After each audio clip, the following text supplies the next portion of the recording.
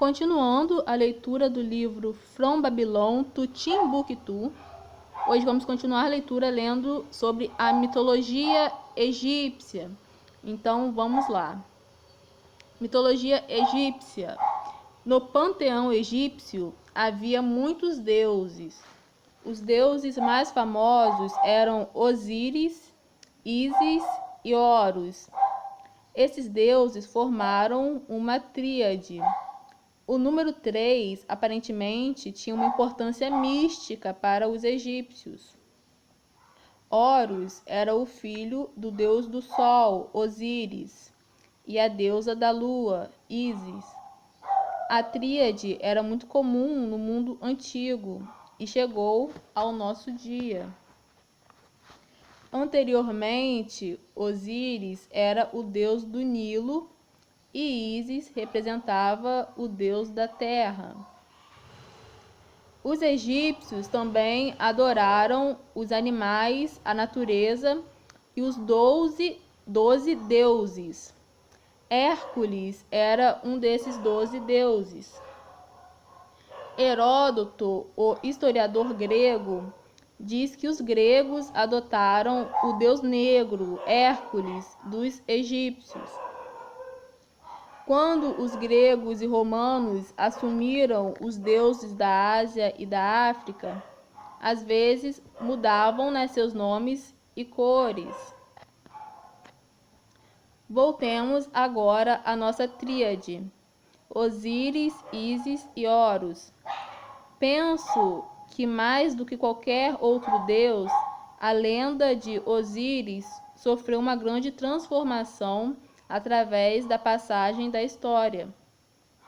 No começo, tenho certeza, ele era um deus subsidiário, mas surgiu para o status de um deus do sol. Na mitologia egípcia, a lenda diz que Osíris era o rei do Egito e casou com sua irmã Ísis. Quando Osíris foi à guerra, seu irmão Sete o assassinou. Sete eventualmente cortou o corpo em 14 peças e espalhou-o sobre uma área remota. Ísis, desinteressante, começou a procurar os fragmentos e os encontrou, exceto o pênis, que havia sido comido por um caranguejo do Nilo. Ísis recompôs o corpo de seu marido morto, conectando habilmente as partes. Ela então efetuou os ritos de embalsamento e isso restaurou o corpo para a vida eterna.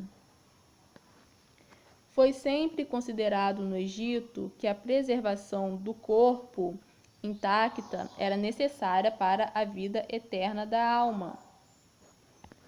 Finalmente, Ísis produziu um filho após a morte de seu marido. Este nascimento póstumo foi concebido pela união com o cadáver do marido, milagrosamente reanimado por seus encantos.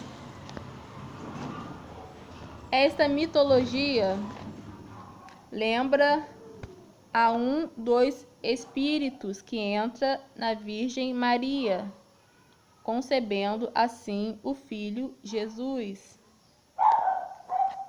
Depois, a deusa recuou para o pântano de Buto para fugir da raiva de Sete, que usurpou o trono, e para levantar seu filho Horus até o dia em que ele fosse maduro o suficiente para se vingar da morte de seu pai.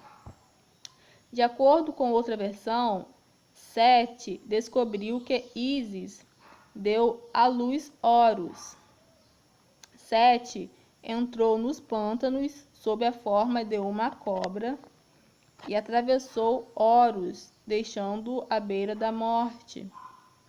Finalmente, Ísis foi informada de que o mal e a escuridão persistiriam até que Horus fosse curado. Muitos reis do início do Egito foram deificados, ritualmente identificados na hierarquia solar como filhos de Ra. Ra permaneceu o Deus Supremo, e Osíris, Ísis e Horus, seu filho, foram incorporados na família de Ra, o panteão solar. Alguns dos faraós foram considerados na religião solar como sendo a encarnação de Horus, o ancião, filho de Ra, ou o filho físico do próprio Ra. A ligação de Osíris e Ísis com cultos de fertilidade foi constantemente enfatizada a partir da era do Império em diante, o que encorajou sua entrada gradual no reino dos vivos. Osíris tornou-se o líder deste mundo e do submundo, e seu nome no hieróglifo da 20ª dinastia em diante era o disco solar em vez do olho. As histórias e as lendas da mitologia egípcia antiga são volumosas e interessantes. Eles têm seus homólogos no Oriente e no Ocidente, na Babilônia, na Grécia e em Roma.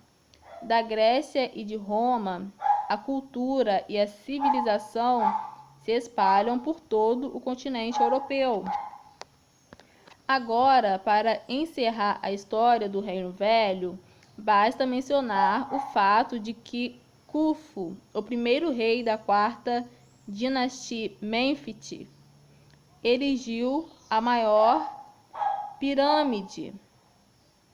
Pepe, o terceiro e maior rei da 6ª dinastia, enviou algumas expedições contra os beduínos do Sinai e para a Palestina.